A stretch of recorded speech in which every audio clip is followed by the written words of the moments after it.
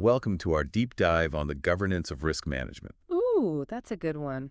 It's about not just managing the risks themselves, but looking at the whole system that makes sure it happens the right way. Yeah, it's really fascinating when you think about it. We're basically talking about all these rules and practices and accountability measures, all designed to make sure risk management is on track and meeting those goals. Right, and it seems super relevant these days, especially when we think about all those big corporate failures in the past. Hmm. I mean, a lot of them come down to governance breakdowns, don't they? Oh, absolutely. When we talk about governance in this context, what we really mean is that system of checks and balances that a company puts in place to make sure everything is managed responsibly and transparently. And risk management. That's a critical part of that system. Okay, so let's unpack that connection between corporate governance and risk management a bit more. Sure. So, one of the big takeaways from all those corporate scandals is the need for transparency and open communication when it comes to risk.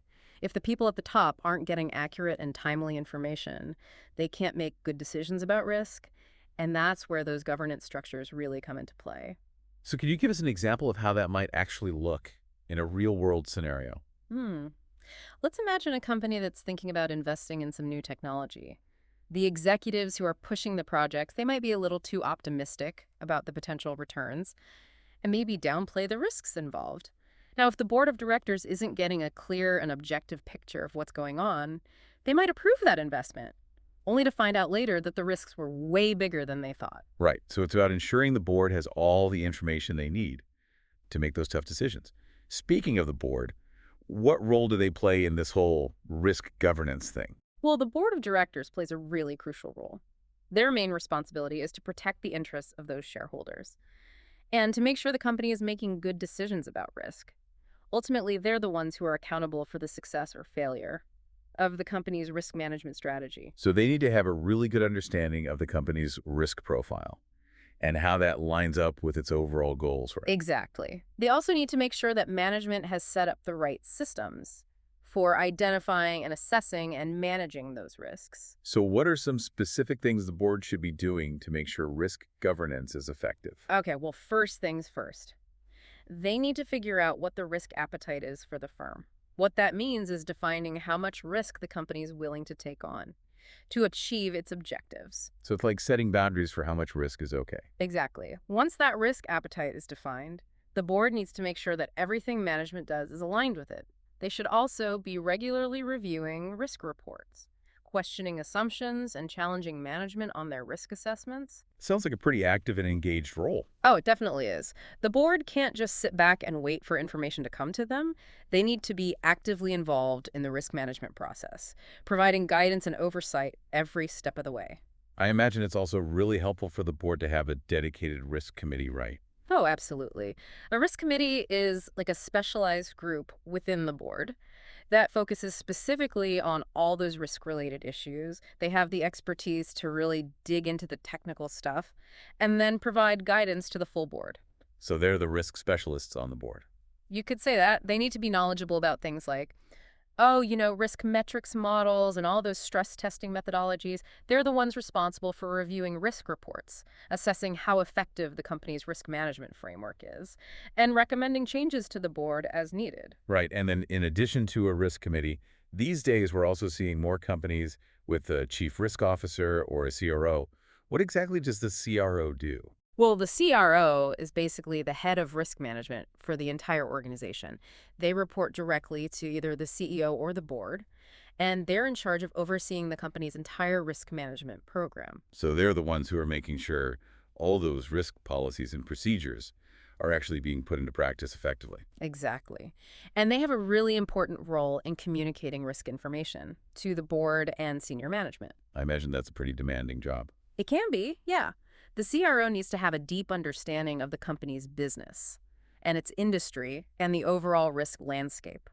They also need to be able to explain all that complex risk information in a way that people who aren't risk experts can understand. So they're kind of like a translator then Yeah. between the technical world of risk management and the strategic decision-making of the board. That's a great way to put it. And of course, we can't forget about the audit committee either. You're right, the audit committee has a vital role in ensuring the integrity of financial reporting and internal controls, which indirectly impacts risk management. Can you talk a bit more about that? Sure, so their main focus is on financial reporting.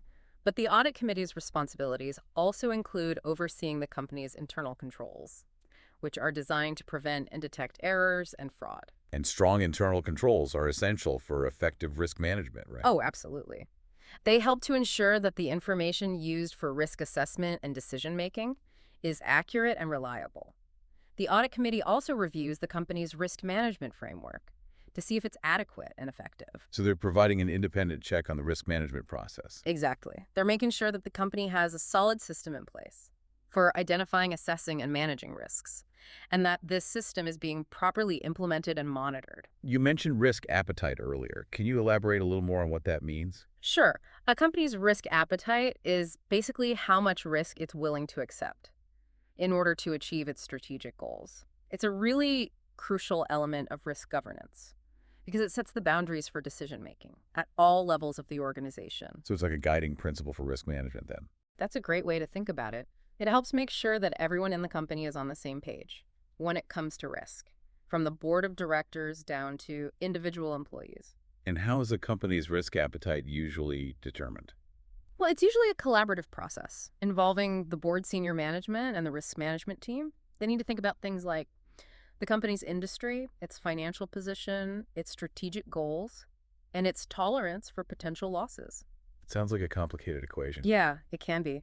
And it's important to keep in mind that a company's risk appetite isn't set in stone. It might need to be adjusted over time as things change. So it's an ongoing process then, Yeah. constantly being reviewed and refined. Exactly. And that actually leads us nicely into another key aspect of risk governance: communication.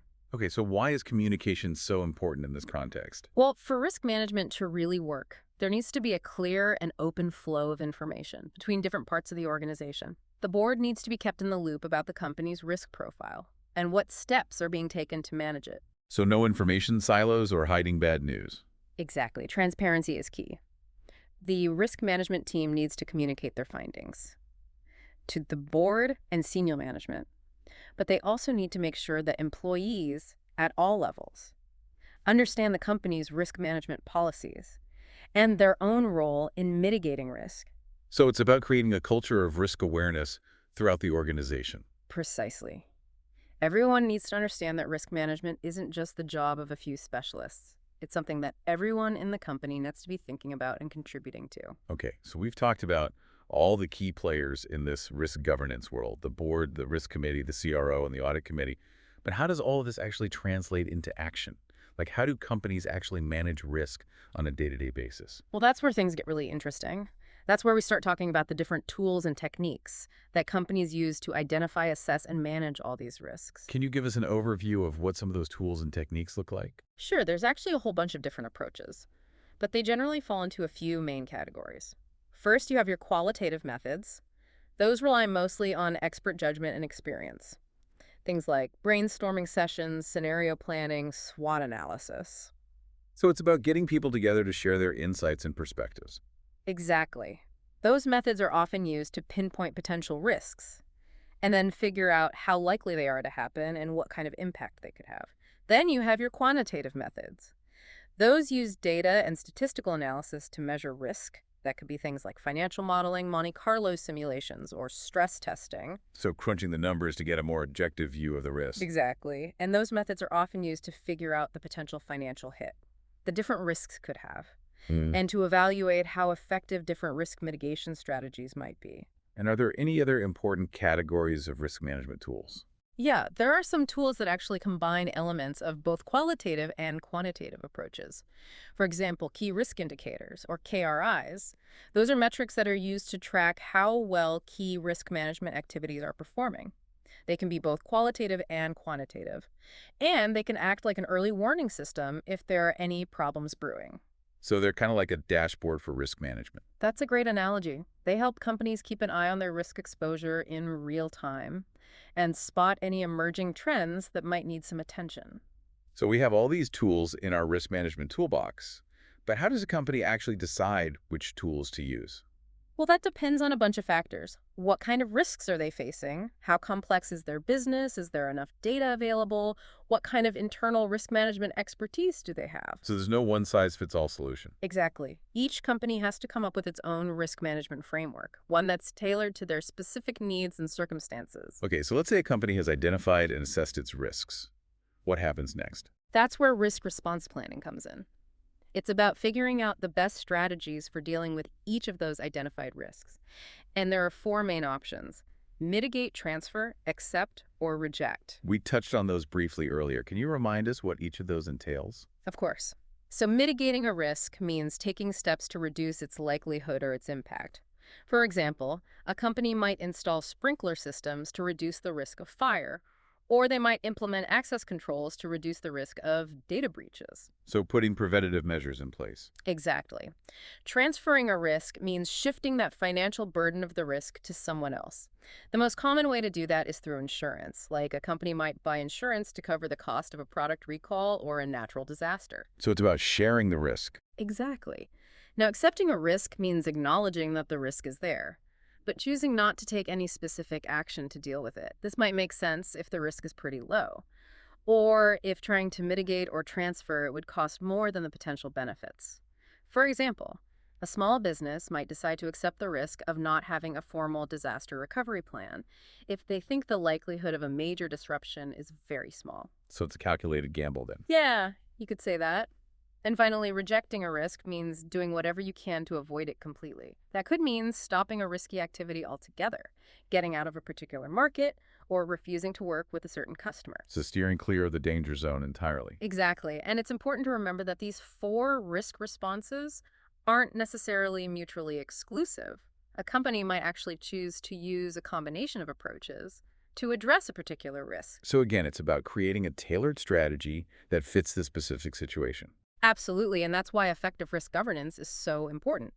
It provides the framework and oversight to make sure that companies are making informed decisions about how to respond to those risks. Now, you mentioned earlier that the risk landscape is always changing. What are some of the key trends that are shaping how companies think about risk management these days? Well, one of the biggest trends is definitely the growing importance of cybersecurity.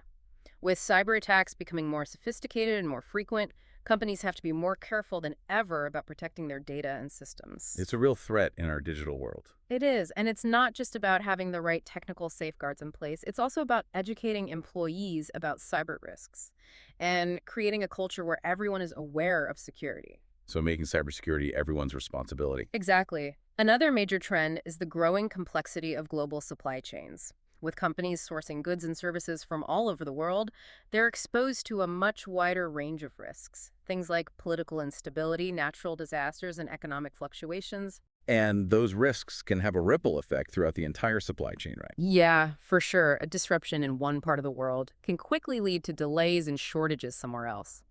Companies need to really understand their supply chains, figure out where the potential vulnerabilities are, and come up with contingency plans to mitigate those risks. So it's about building a more resilient and adaptable supply chain. That's right. And another trend that's getting more attention these days is the focus on environmental, social, and governance risks, or ESG risks. Right. Those are the factors that relate to a company's sustainability and ethical practices. Exactly. And investors are increasingly looking at these factors when they're making investment decisions. And consumers are getting more picky about which companies they support. Companies need to be proactive about managing ESG risks if they want to protect their reputations, attract talent, and secure their long-term sustainability. So it's not just about managing financial risks anymore. It's about managing a whole range of risks that can impact the company's reputation and long-term value. Absolutely, and that's why effective risk governance is so crucial. It provides the framework for companies to systematically identify, assess, and manage all those different risks, both financial and non-financial.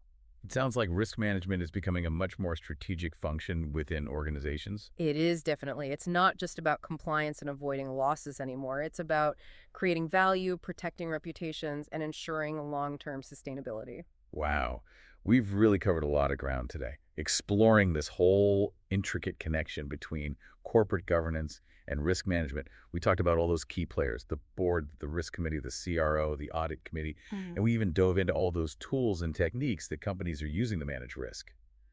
But I guess it all comes down to one big question. Why does any of this even matter? That's a great question to wrap things up with. When you really boil it down, effective risk governance is all about making sure that companies are making smart and responsible decisions about risk. It's about creating a culture where risk isn't just seen as a threat to be avoided, but as a potential opportunity that can be seized. So it's about finding that sweet spot between protecting the company and letting it take calculated risks. Risks that could lead to growth and innovation. That's exactly it. And it's not just about protecting the company's finances either. It's about protecting its reputation, its relationships with customers and stakeholders, and ultimately its long-term sustainability. It definitely sounds like risk management is becoming even more important in this crazy complex world we live in. It really is. Companies are facing a wider range of risks than ever before. Cyber attacks, supply chain disruptions, climate change, geopolitical instability, and the stakes are higher than ever. Just one wrong move can have huge consequences for a company's reputation and financial performance, and even its survival. So what advice would you give to companies? Companies that are trying to step up their risk governance game. I'd say the first thing is to make sure that risk management is a top priority for the board of directors and senior management. It needs to be a part of the company's culture and its DNA, not just something they do to check a box. So making it everyone's job, not just something for a few specialists to worry about. Exactly. It's also important to have a clear and well-defined risk appetite statement, one that clearly lays out how much risk the company is willing to take on to achieve its goals. Right, that risk thermostat we were talking about. That's it. Yeah. And companies also need to invest in the right resources, people, processes, technology, to really support effective risk management. They need to establish clear lines of accountability and make sure that everyone in the organization is talking openly and honestly about risk. That sounds like a lot of work. It can be, but it's absolutely crucial for companies, Yeah. especially those that want to thrive in today's dynamic and challenging business world. It's an investment that will pay off in the long run. So as we wrap up this deep dive, what's the one key takeaway you want our listeners to walk away with about this whole idea of the governance of risk management? I think the biggest takeaway is this. Risk is a part of life, but it's manageable by really understanding risk and developing strong systems to manage it. Companies can not only protect themselves from harm, but they can also set themselves up to grab new opportunities and achieve even greater success. Well said. Thanks so much for joining us on this journey into the fascinating world of risk governance. We hope everyone listening found it insightful and helpful. My pleasure. It's been great chatting with you. And for our listeners, remember that managing risk is an ongoing process. It's something you need to stay on top of and adapt to as things change. But with the right approach, it can actually make your organization stronger and more resilient. Couldn't agree more. Embrace the challenge, stay informed, and never stop learning. The world of risk is always changing, and those who stay ahead of the curve will be the ones who come out on top. So until our next deep dive, stay curious and keep exploring.